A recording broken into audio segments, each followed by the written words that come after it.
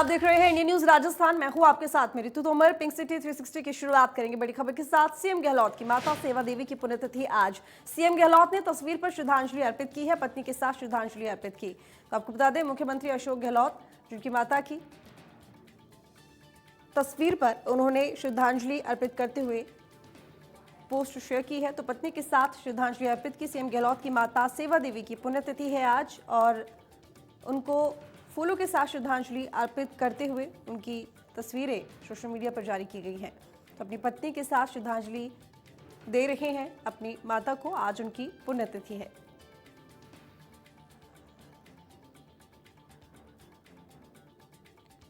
तो पत्नी के साथ श्रद्धांजलि अर्पित की। बता दें कि सीएम गहलोत की माता का नाम सेवा देवी, जिनकी आज पुण्यतिथि, और साथ ही पत्नी के साथ उन्होंने अपनी माता को श्रद्धांजलि अर्पित की।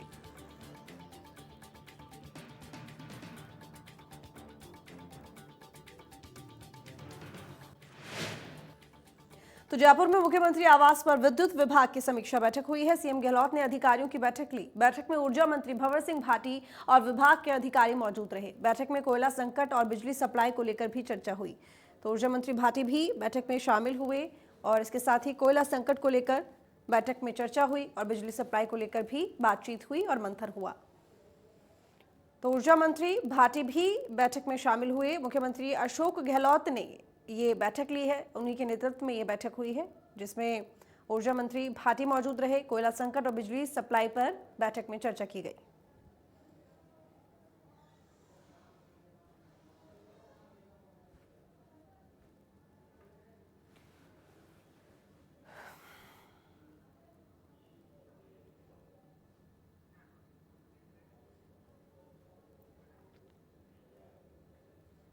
तो गहलोत सरकार का एक बड़ा फैसला, पानी के बकाया बिलों की राशि को लेकर यह बड़ी घोषणा की गई है। एक मुश्त जमा कराने पर ब्याज में 30 सितंबर तक की छूट मिलेगी। अब सभी प्रकार के उपभोक्ताओं को ये छूट दी जाएगी। तो बड़ा फैसला और बड़ी सौगात प्रदेशवासियों के लिए। मुख्यमंत्री अशोक गहलोत की तरफ से, प्रदेश सरकार की तरफ से प्रदेशवासियों को एक बड़ी राहत। अब सभी प्रकार के उपभोक्ताओं को छूट दी जाएगी। पानी के बकाया बिलों की राशि को लेकर ये बड़ी घोषणा की गई है, जिसमें छूट मिलेगी।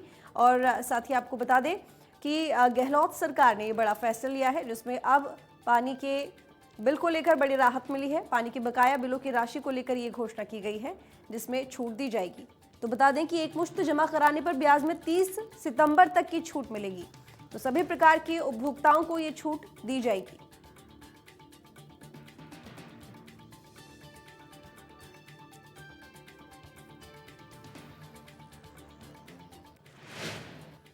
तो एनडीए की तरफ से राष्ट्रपति पद की उम्मीदवार जयपुर दौरे पर हैं। इस दौरान एयरपोर्ट पहुंचने पर बीजेपी प्रदेश अध्यक्ष सतीश पुनिया, मंत्री गजेंद्र सिंह शेखावत, पूर्व मुख्यमंत्री वसुंधरा राजे समेत कई दिग्गज नेताओं ने उनका जोरदार स्वागत किया और फिर होटल क्लार्क आमेर के लिए रवाना हो गए।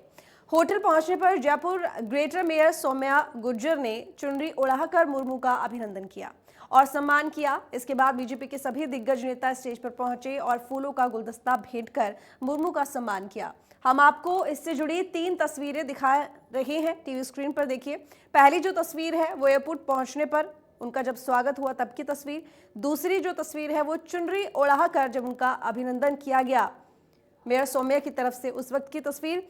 जो तीसरी तस्वीर है वो फूल देकर जब उन्हें सम्मानित किया गया तब की तस्वीर। तो बता दें आपको, एनडीए की तरफ से राष्ट्रपति प्रत्याशी द्रौपदी मुर्मू जो कि राजस्थान पहुंची हुई है और जब वो जयपुर पहुंची तो उनका स्वागत किया गया। और इस दौरान पूर्व मुख्यमंत्री पूर्व मुख्यमंत्री भी मौजूद रही, सिंधिया राजे। और बता दें आपको कि एयरपोर्ट पर भी वो पहुंची जहां उनका स्वागत हुआ और इसके साथ ही चुनरी उड़ाकर उनका सम्मान मेयर सौम्या की तरफ से किया गया, फूल देकर भी उन्हें सम्मानित किया गया।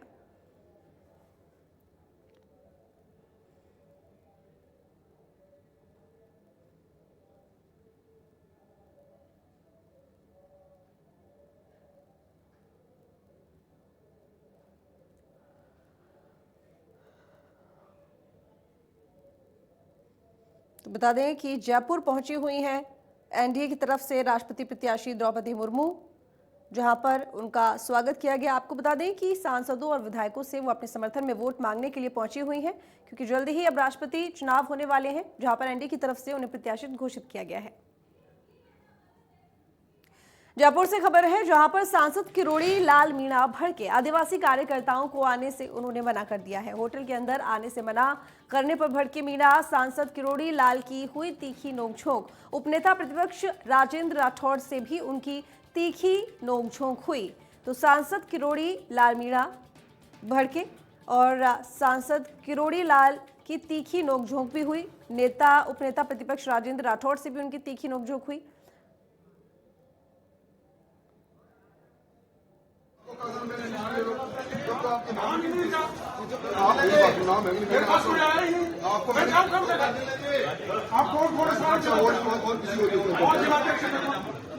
आपको कहेंगे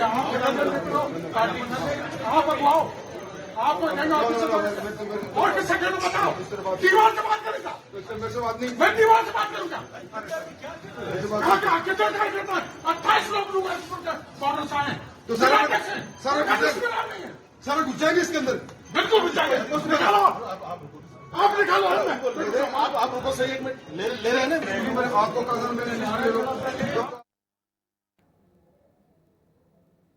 तो नोकझोंक मामले में विवाद के बाद सांसद किरोड़ी की सफाई। सांसद किरोड़ी लाल मीणा ने इस मामले को लेकर सफाई दी है। उन्होंने ट्वीट करते हुए कहा कि द्रौपदी मुर्मू के अभिनंदन के लिए दूर दूर से कार्यकर्ता आए और आदिवासी कार्यकर्ताओं को कार्यक्रम में प्रवेश नहीं मिला। मेरे जैसे भावुक व्यक्ति को गुस्सा आना स्वाभाविक था। मैंने अपने भाई बहनों की पीड़ा को राजेंद्र राठौड़ के सामने रखा। अपनों से अपनी बात नहीं कहता तो फिर किससे कहता? मेरे और राजेंद्र राठौड़ के बीच कोई मतभेद नहीं है। मतभेद होने का तो सवाल ही नहीं पैदा होता। तो ये स्पष्टीकरण दिया गया है सांसद किरोड़ी लाल मीणा की तरफ से। आपको बता दें कि यहाँ पर राठौड़ और किरोड़ी लाल मीणा में बहस भी हुई थी, तीखी नोकझोंक भी हुई थी, जिसके बाद उन्होंने ट्वीट के जरिए अपनी सफाई दी, जिसमें उन्होंने कहा कि राष्ट्रपति पद की उम्मीदवार द्रौपदी मुर्मू से मिलने के लिए कई लोग आए थे और कुछ आदिवासी लोग भी आए थे और उनको प्रवेश नहीं मिला और इसी की वजह से ये परेशानी हुई, जिसको लेकर उन्होंने ये भी कहा कि उनका राठौड़ से किसी तरह का कोई मतभेद नहीं है और ना ही मनभेद है, और अगर मैं उनसे अपने मन की बात नहीं कहता तो किससे कहता।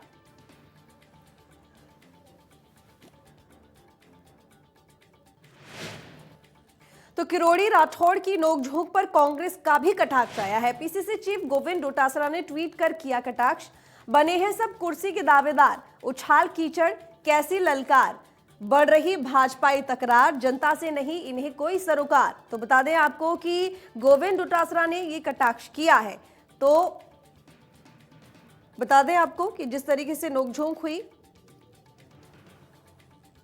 उस मामले को लेकर गोविंद डोटासरा ने ये कटाक्ष ट्वीट करते हुए किया। ट्वीट भी देखो, हम आपको लगातार टीवी स्क्रीन पर दिखा रहे हैं, जिसमें उन्होंने साफ लिखा है कि बने हैं यहाँ पर सभी कुर्सी के दावेदार, उछाल कीचड़ कैसी ललकार, बढ़ रही है भाजपाई तकरार, जनता से नहीं इन्हें कोई सरोकार। तो ये ट्वीट करते हुए निशाना साधा है कांग्रेस ने बीजेपी नेताओं के ऊपर।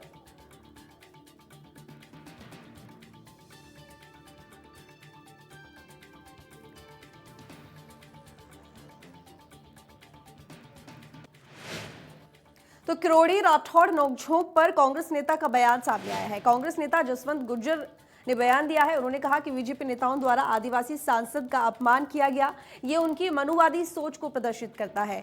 इनका उद्देश्य इस वर्ग का वोट लेना है, राजनीतिक प्रतिनिधित्व देना इनकी मजबूरी है। उनकी सोच समझ व्यवहार आरएसएस नीति की है। तो ये बयान दिया गया है कांग्रेस नेता की तरफ से, जिन्होंने इस पूरे विवाद को लेकर अपना कटाक्ष किया बीजेपी नेताओं के ऊपर। जो बहस हुई है किरोड़ी और राठौड़ में, जिसको लेकर उन्होंने कहा कि ये बीजेपी की सोच मनुवादी है और जिस तरीके से उन्होंने आदिवासी सांसद का अपमान किया है, इससे साफ जाहिर होता है कि बीजेपी आरएसएस की नीति से चलती है। ये इनकी मनुवादी सोच को दर्शाता है।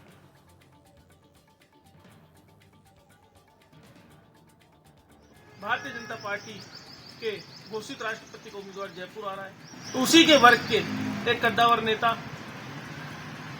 का सामंती सोच के लोग और सामंती सोच के इस राजनीतिक दल के एक वरिष्ठ नेता के द्वारा जिस प्रकार का अपमान किया जा रहा है वो बड़ी दुख की बात है। एक तरफ वो वोट राजनीति को बांट रहे हैं उस वर्ग के नाम पे, और दूसरी तरफ उसी वर्ग के व्यक्ति को इस प्रकार अपमानित किया जाता है। ये इस सोच को प्रदर्शित करता है कि भाजपा का सिर्फ और सिर्फ मापदंड चुनावी राजनीति, वोट की राजनीति है। बाकी उनका इस वर्ग के नेताओं से और इस वर्ग के आम साधारण व्यक्तियों के प्रति कहीं दिल में उनके लिए कोई जगह नहीं है। उनकी वही मनुवाद की सोच है, वही सामंती सोच है जो उनके व्यवहार में यदा कदा झलकती रहती है।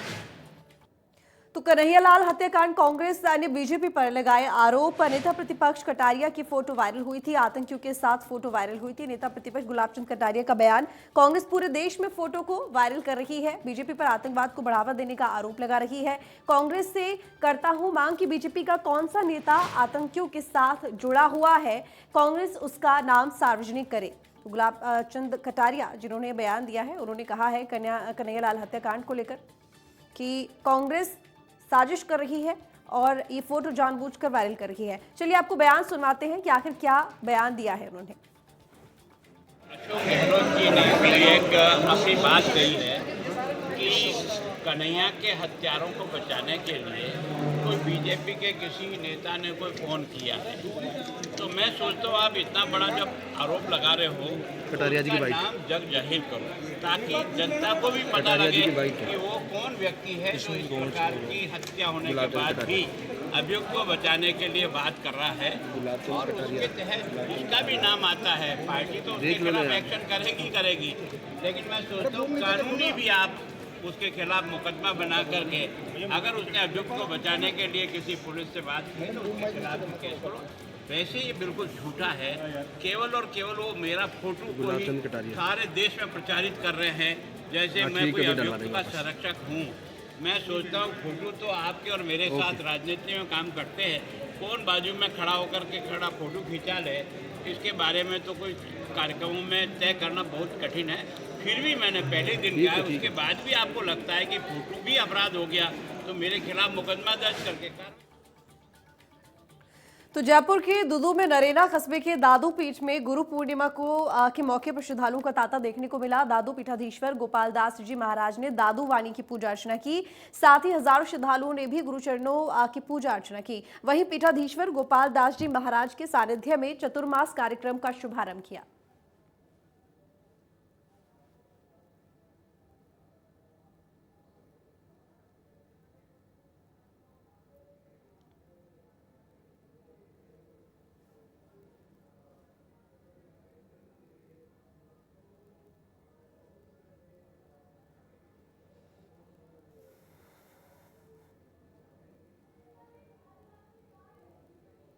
तो जयपुर में नगर निगम ग्रेटर बेड़े में 2 जेसीबी मशीनें शामिल हुई हैं। जानकारी के मुताबिक 62 लाख रुपए की लागत से दोनों जेसीबी खरीदी गई हैं। निगम कमिश्नर महेंद्र सोनी ने दोनों जेसीबी को हरी झंडी दिखाकर रवाना किया है। जानकारी के मुताबिक जेसीबी जीपीएस टेक्नोलॉजी से लैस है और इससे निगम अधिकारी रियल टाइम मॉनिटरिंग कर सकेंगे।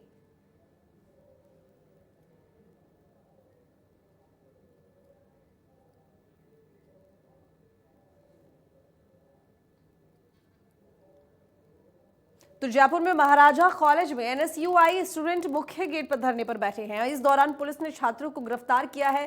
छात्र कॉलेज और गोखले हॉस्टल की जमीन अवाप्ति का विरोध कर रहे थे। बता दें कि आईपीडी टावर के लिए करीब 10,000 से ज्यादा वर्ग मीटर जमीन अवाप्त की जा रही है। वहीं स्टूडेंट्स ने जमीन अवाप्ति के विरोध में आज से धरना शुरू कर दिया है।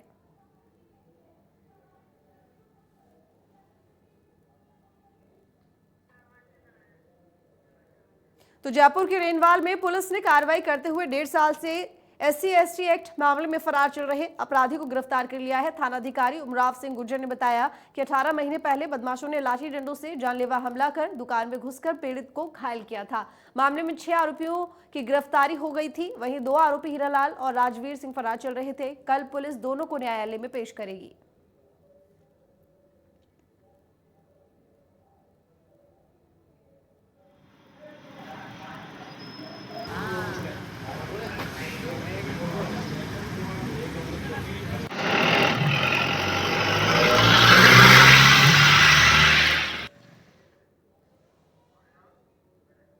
तो टोंक के अलीगढ़ में शमशान भूमि पर अवैध कब्जे का विरोध करने पर कल एक दुकानदार पर हमला किया गया था। इसके बाद गुस्साए व्यापारियों ने बाजार की सभी दुकानों को बंद किया और अतिक्रमण हटाने को लेकर एसडीएम चिन्मयी गोपाल को ज्ञापन सौंपा।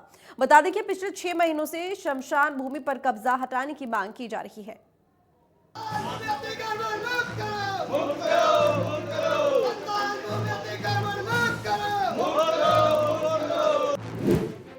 शमशान भूमि पर अवैध कब्जा, भूमाफियाओं ने जमा रखा डेरा,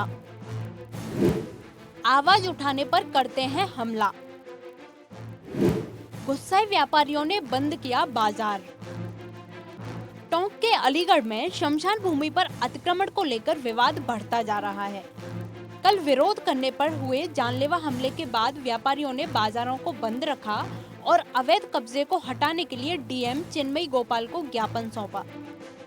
प्रदर्शन कर रहे लोगों का कहना है कि जल्द से जल्द शमशान भूमि पर हुए कब्जे को खाली कराया जाए। पिछले 6 महीने से स्थानीय लोग इसे हटाने की मांग कर रहे हैं।